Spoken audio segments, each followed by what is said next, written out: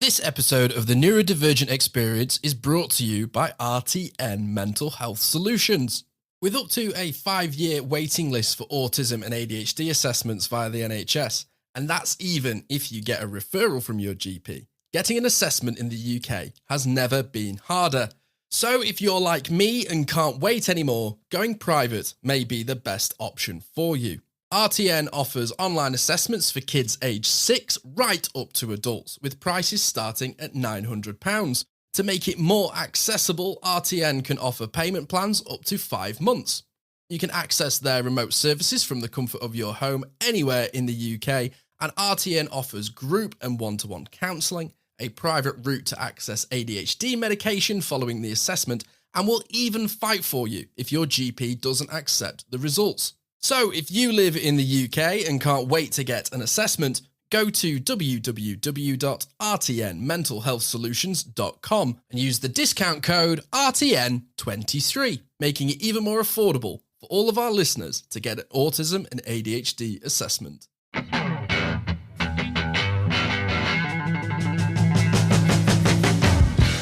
Hello and welcome to the Neurodivergent Experience. I'm Jordan James, also known as the Autistic Photographer, and I'm joined by my co-host and very best friend, Simon Scott. And for this week's episode of the Neurodivergent Experience, we are talking about neurodivergent abilities versus disabilities.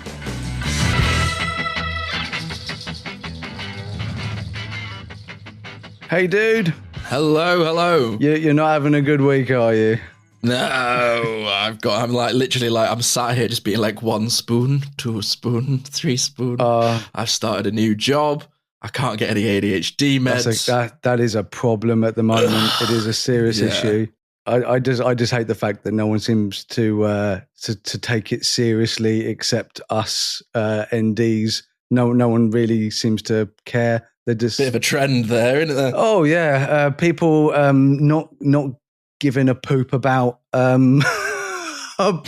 It's a light way of putting it. It's a nice way of putting it. Yeah, we're going to be nice on this podcast. You know, we want to be family friendly. Yeah, and just don't talk about the lack of indicating, and we'll probably be fine. Yeah. I've got my Jenga on the side. We'll see how it goes. Yeah. Honestly, it's going to be one of those days, guys. It really is. It's what a week. Right. Okay. So abilities versus disabilities. I'm feeling across the board with all of this at the moment, especially without the medication. So it's a little bit all over the place. So we've got a little list of an itinerary here today, guys, to try and help me focus because I need it. So one of the first things that we're going to talk about today is hyperfocus to tree learning. So Jordan, you have a great explanation of tree learning, so I'll let you do that. I do, yeah. So hyperfocus and tree learning. Tree learning is basically if you're a neurodivergent, you tend to want to learn everything about a subject. So here's a fun way of looking at it. There's a neurotypical and a neurodivergent person, and they both look at a very, very large group of trees. Now, the neurotypical will say, yep, that's a forest, and they're probably right. And then they're done, and then they go on their merry way and continue with their merry, easygoing life. A neurodivergent person will go, well, I'm not quite sure. So they will count every single tree. They will learn everything about all the trees, about the seasons, what type of group of trees it is. And they will come away and say, well, it is this type of forest. The climate change affects it in so many ways. And they will learn everything they can about that group of trees before they can satisfy themselves and then call them a forest. Now, this is a perfect example of ability and disability, because ability, they will have far more of a detailed explanation, a detailed background, a detailed understanding of that said forest than the neurotypical. The disability is they probably took about a year to do it, and their entire life was basically up in the air. And, you know, it can cost them friendships, relationships, jobs, you know, who knows what. A lot of people nodding along with me right now. That is tree learning, which is a beautiful and wonderful, unique thing to the neurodivergent mind. and a huge disability when it comes to being sociable and just living your life. Oh, absolutely. One of the key disability sides of my hyperfocus is that I can hyperfocus on things that I don't like and can be quite distressing to think about. And I'll pick it apart and pick it apart until I've turned it into something that it wasn't in the first place. And it can be quite distressing when I get really hyperfocused on things that I don't like worrying about things that are happening at work or whatever. But then the ability side of it is I feel like an absolute sponge when I'm interested in something that is going to really benefit me in my life. Like if I'm getting to a certain type of exercise or a new sport, my brain can absolutely absorb all the information. And then suddenly, socially, I feel like I can talk to people really well about things I'm interested in. That's one of the great abilities of my hyperfocus. Yeah, I mean, I definitely feel lucky enough to be that sort of hyperactive ND where my brain can't get stuck on something for too long.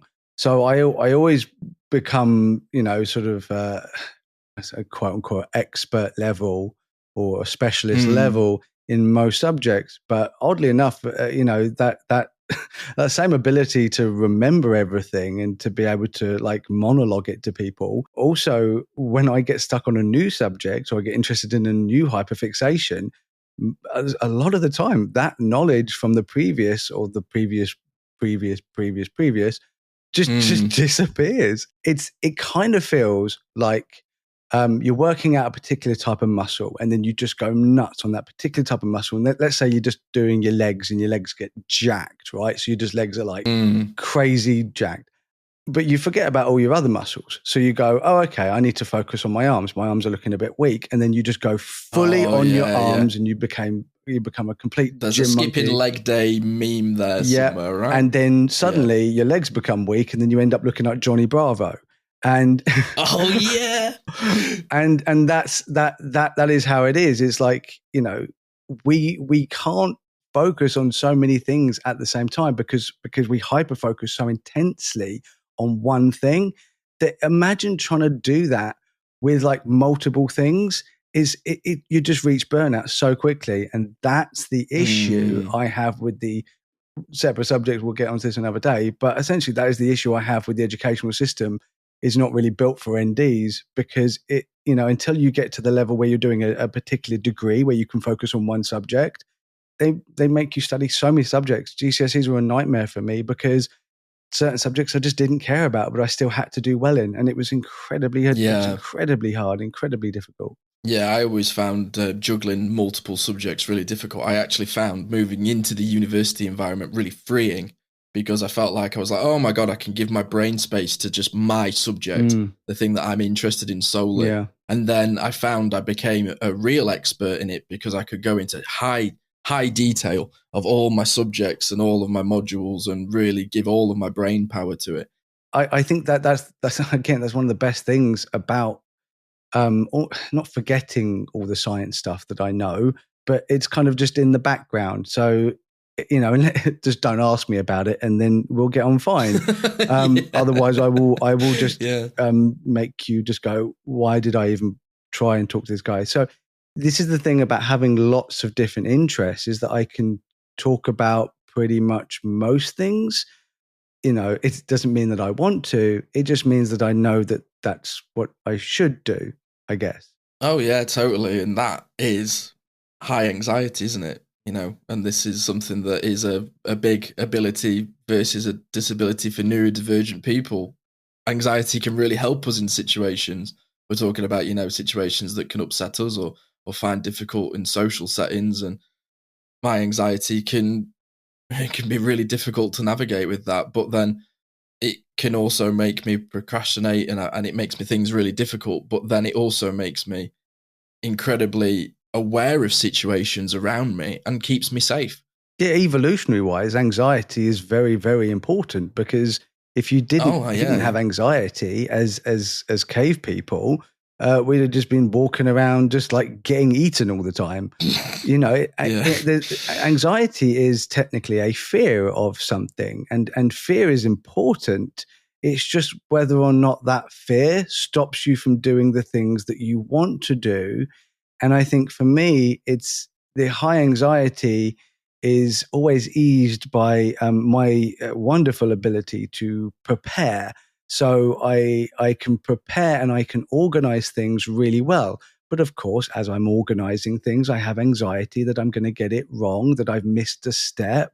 Forget things is my big anxiety trigger. I have nightmares about forgetting things and losing them. I write everything that if you went through like the notes on my phone, you'd be scrolling for about 5 minutes. Is it like Memento? It's literally like Memento. It is exactly like that, because I need everything there. And oddly enough, most of the time, and we can get onto this in a minute, most of the time, because of my eidetic memory, once I've written something down and I've seen it in front of me as like a physical thing, then most of the time that's just in my head. So I can read my notes. I write my notes before I go to town, and I might need 5 things from town. So I write down what I need from town, and then I just look at that once, and I read through it once, and then I can go to town and I'll remember everything.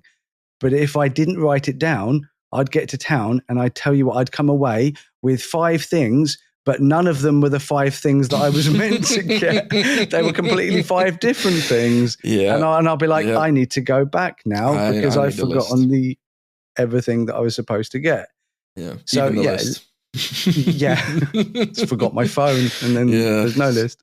Yeah. But yeah, it's it is difficult with anxiety because for me it's the sickness. And if I can pinpoint where the anxiety is coming from, so when I'm going to Canada soon, and in fact when this episode comes out, I think I'm going to be in Canada. So hello from Canada, the future. And the anxiety that I have, is natural anxiety of travel anxiety, and I can deal with it. I can deal with that anxiety because I can do something about it because I can prepare. And because I know why I'm anxious.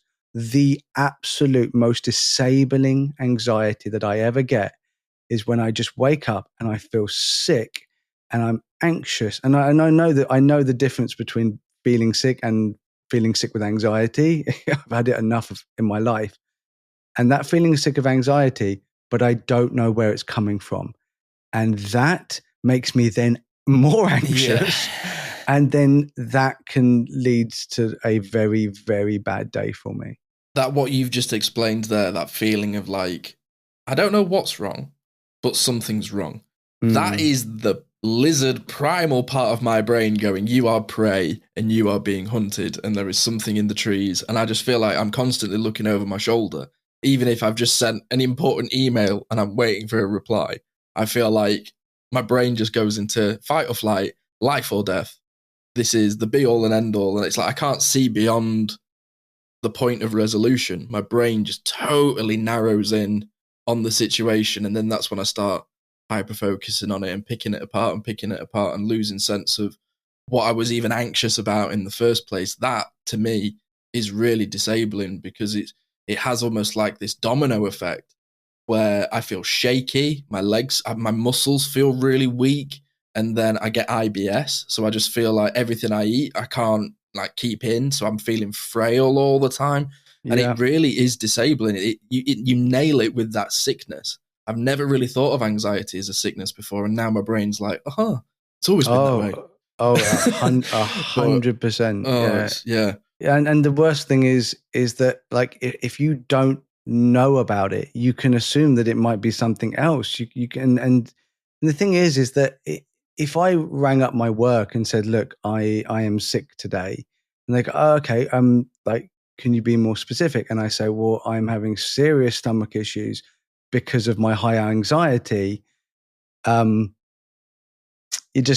can hear the eye roll. I can hear the eye roll over the phone, because if you have never experienced that, and the hugely disabling impact that has, because any sort of pain is disabling for me as far as like my focus, because my focus is so much on that particular pain it's hard. I mean, it's hard for me to focus on things as it is. Hello.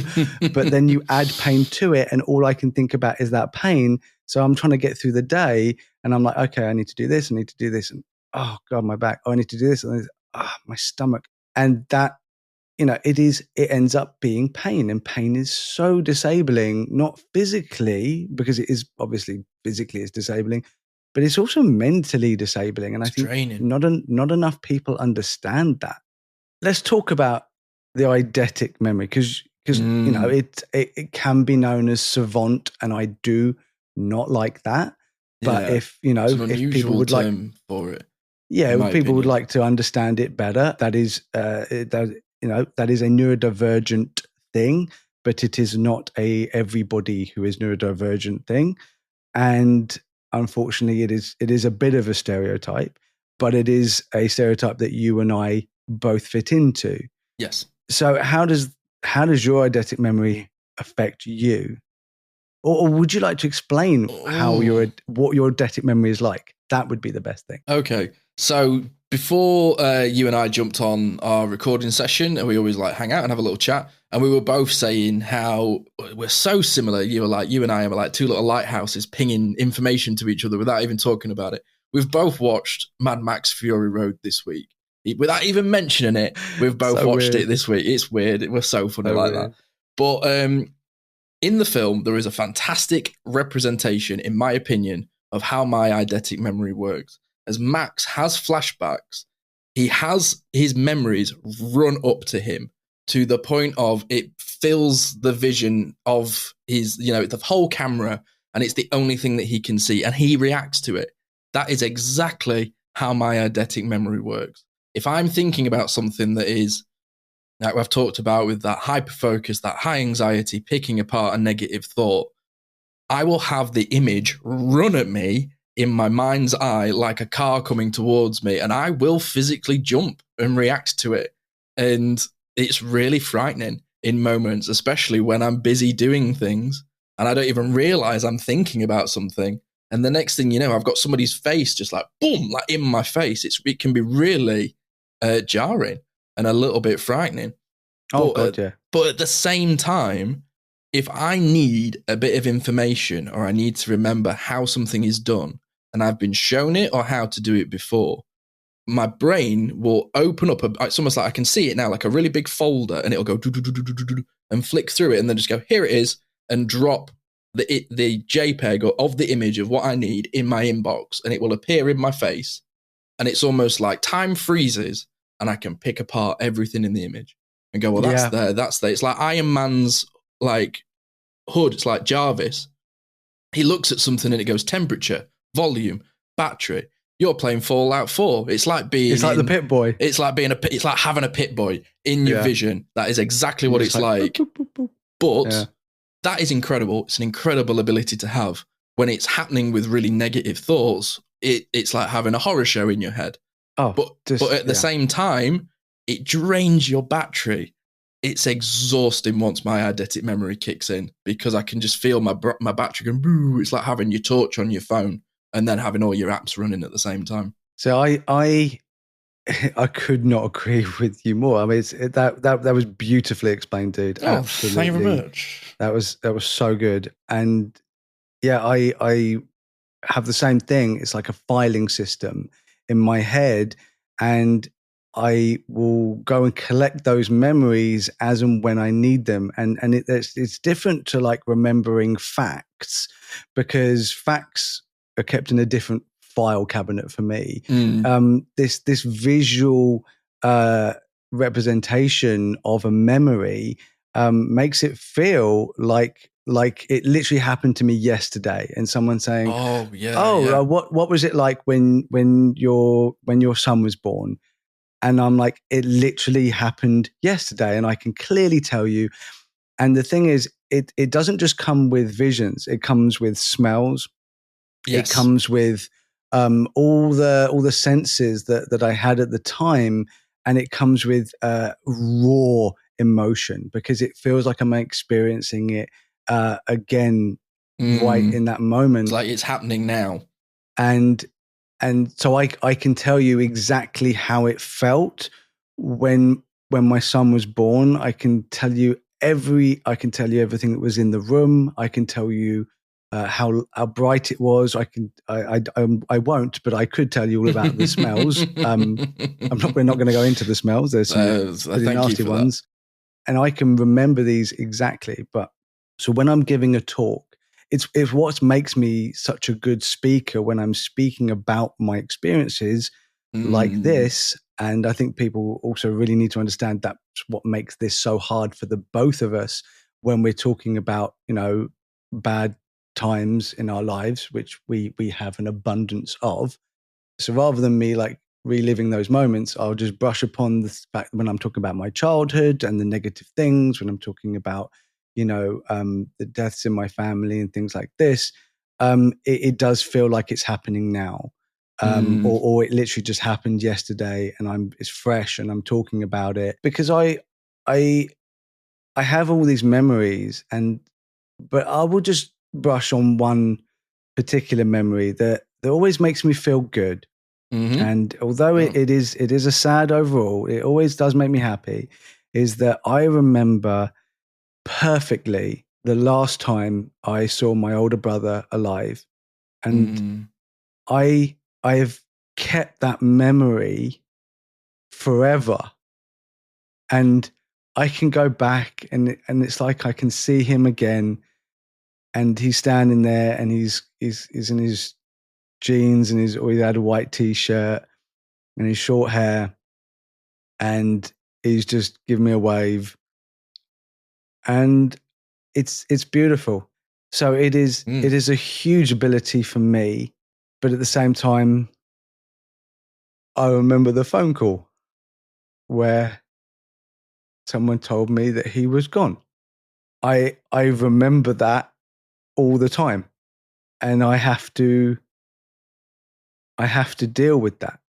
And so it's like this it is an ability, but it definitely doesn't always feel like that because sometimes I would just like to forget things and unfortunately I can't.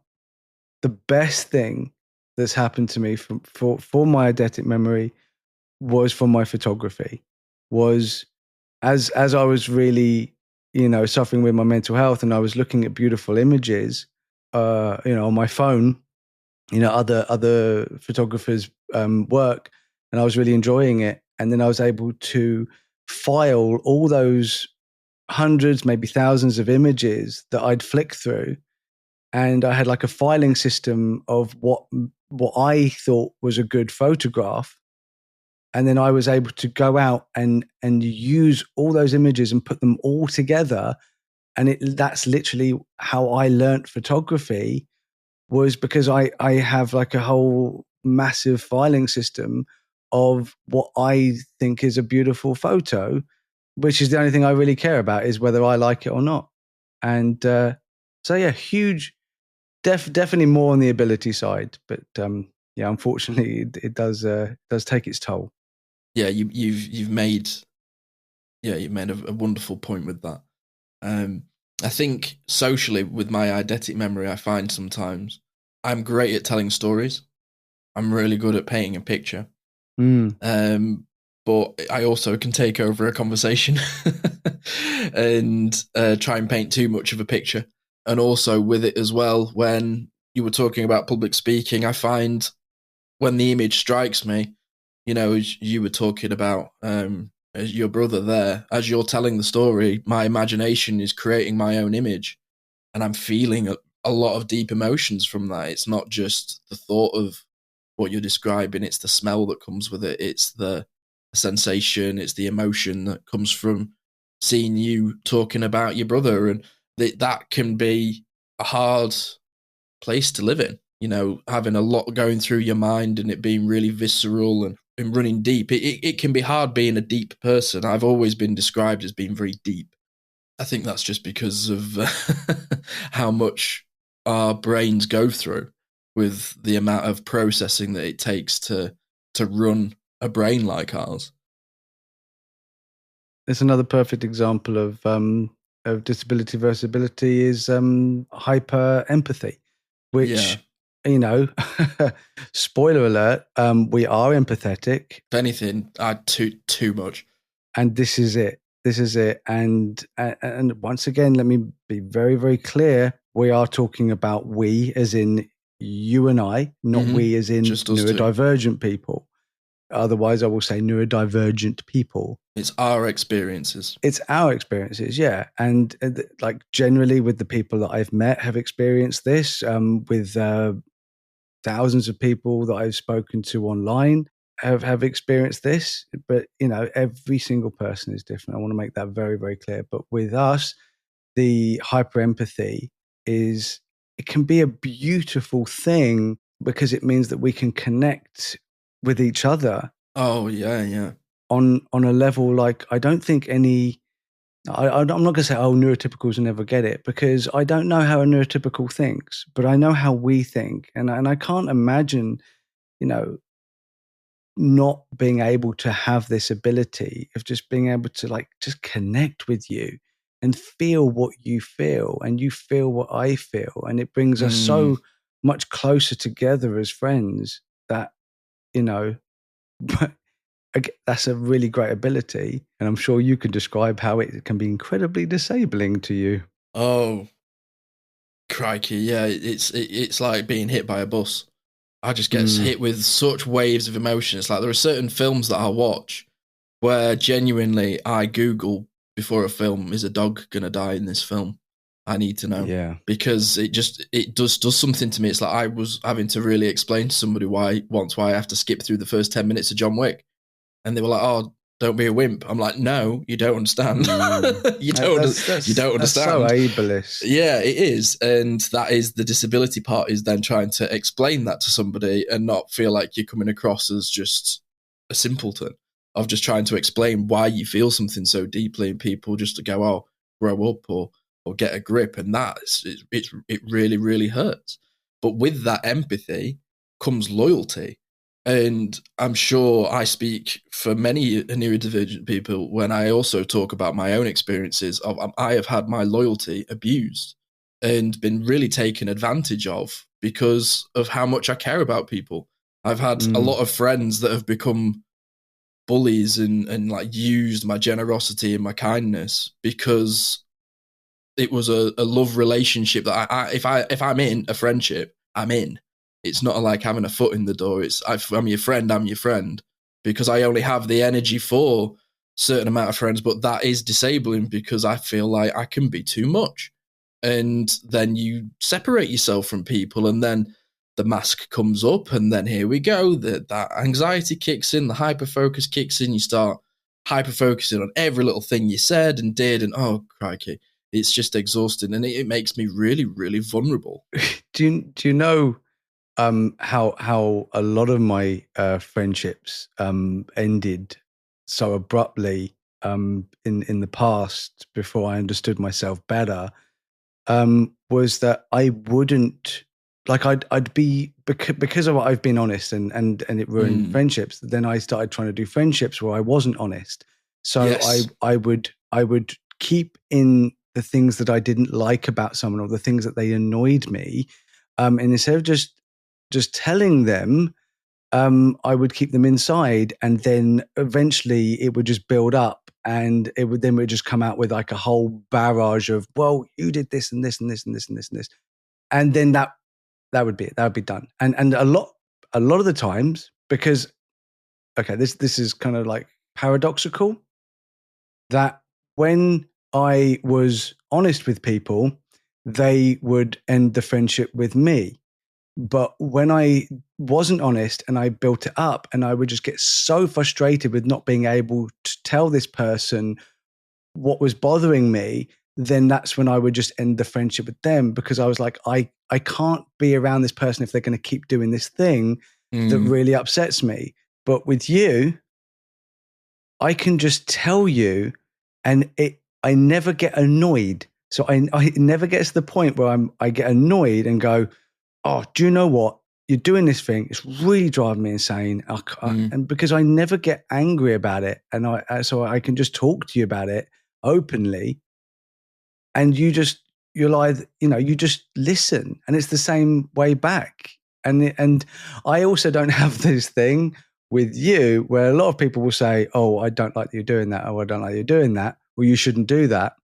And then my demand avoidance kicks in, and I'm just like, you are definitely wrong. There's absolutely nothing wrong with me whatsoever. I'm perfect in every way. And you are a fool for thinking such things. How dare you question me? Do you know who I am? Do you know who I am? I'm the Jordan James. And but yeah, and that's just me being a dick. But I can't help. I hate people like telling me what to do. But when you do it, or when Sylvia does it, you guys do it in such a way that I'm just like, I will listen and I will learn things now. And yeah, it's very rare. Yeah, and I'm kind of the same with you as well. Is like I've entered so many relationships with my backup of like going, well, everyone lets you down. Even I let myself down, and just kind of go into every friendship with a negative standpoint, looking for things to be wrong or go wrong, and sometimes making it happen or forcing it into existence. I don't know. And that was always coming from a point of view of not being honest with people, of being myself. And it's that, again, that quote of, when you play a mask for long enough, your body will go into deep rest or be depressed. I love that quote. And it sums up where a lot of my relationships went wrong, because I literally started off on the wrong foot. And then when suddenly you start being yourself, then that is quite literally the definition of being two-faced. And a lot of people don't trust two-faced people, because I don't trust two-faced people. So you're right, it's a paradox of getting stuck in loops, because I'd just ghost friendships, and then people would be like, oh, don't be friends with Si, because one day he's just going to ghost you. And I was like, oh no, I've created a reputation of leaving friendships in a very awkward way. And then people don't want to start a friendship with you when you have that sort of reputation, and you just get in this feedback loop from hell, just going round and over again. The best advice I'd have for being able to trust people, because this vulnerability thing is a huge disability, but it also means that when you do meet the right person, you can be completely open with them, and if you find the right person, that relationship that you can build can be epic, absolutely epic. And I've only got that with a few people, but I have lots of friends, which is vastly different from my experience, before I understood myself better. And I think that if you're listening and you're like, I wish that I had that. I wish that I would be able to find a relationship like, Simon and Karis, or Jordan and Sylvia, or just Jordan and Scotty Too Hotty. And can an eyebrow wiggle work in audio? Is that a thing? Yeah. But it's just patience. It's just not settling. That is the key. Just don't settle and believe in yourself. I think that's. I'd like to say that it always works out, but it doesn't. Well, as much as I do love you, I have better things to do. That's fine, understandable. And that's called playing. Well, it's not right. You don't like it when you get it back, do you? No. It's like poor. Nope. Like no one has anything better to do than talk to me. I just wish that they did, because then they would stop talking to me. I'm just so bloody popular. Oh, it must be so hard. Oh, it is actually, because I'm trying to play Fallout 4, and if anyone messages me today, I'm going to throw my phone at the wall. Anyway, I'm fresh out of spoons, yes, as I say. I've got a review. Please keep sending them in, because we will read them out on this show, and it does really help us grow. And I'm very proud to say that we're 5 stars across the board, Jordan. Yeah. Also, everyone tell your friends. Give it otherwise, a this podcast will die a very, very unfortunate death. No. And if you don't want that to happen, send me money. I mean, tell your friends. Just holding the podcast to ransom. No, tell all your friends. Tell the schools. Put it in a bulletin board. if you want to know more about being neurodivergent, then this is definitely going to be the podcast for you. And if you want to learn from experiences, from guests, from anybody around town, this is the place to be. And I'm really hoping the more we talk, the more popular we get, the more people that we can help, because that is why we are here. Right, we've got one review. We've got time for one, I think. Jam. I listened to your latest episode on Jenga and spoons, and OMG, I laughed, grinned, nodded constantly, all that while driving. Still focused on the road, mind you. It's my favourite so far as a parent of neurodivergent children. Also, the meltdown when faced with change of plans versus personal expectations. I loved all of it. That's what it says. Well done, guys, for yet again a great podcast. That is why we're here. That and for the laughs. And genuinely, because it's the most fun thing that I do in my week. So I really do enjoy doing it. We come up with a new idea. We have a new segment. I know. Care to build it up. So guys, we're going to be ending the podcast in a new way. We've got this little idea, which is going to be Jordan's quote of the week.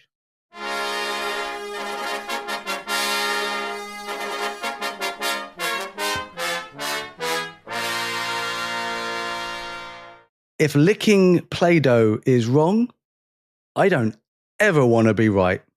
And that is your message for the week, ladies and gentlemen. Have a wonderful time. We will catch you in the next 7 days. Remember, new episodes of the Neurodivergent Experience come out every single Thursday. And if you've liked this episode, give it a like, give it a subscribe, share it with your friends. Until next time, see ya. Bye.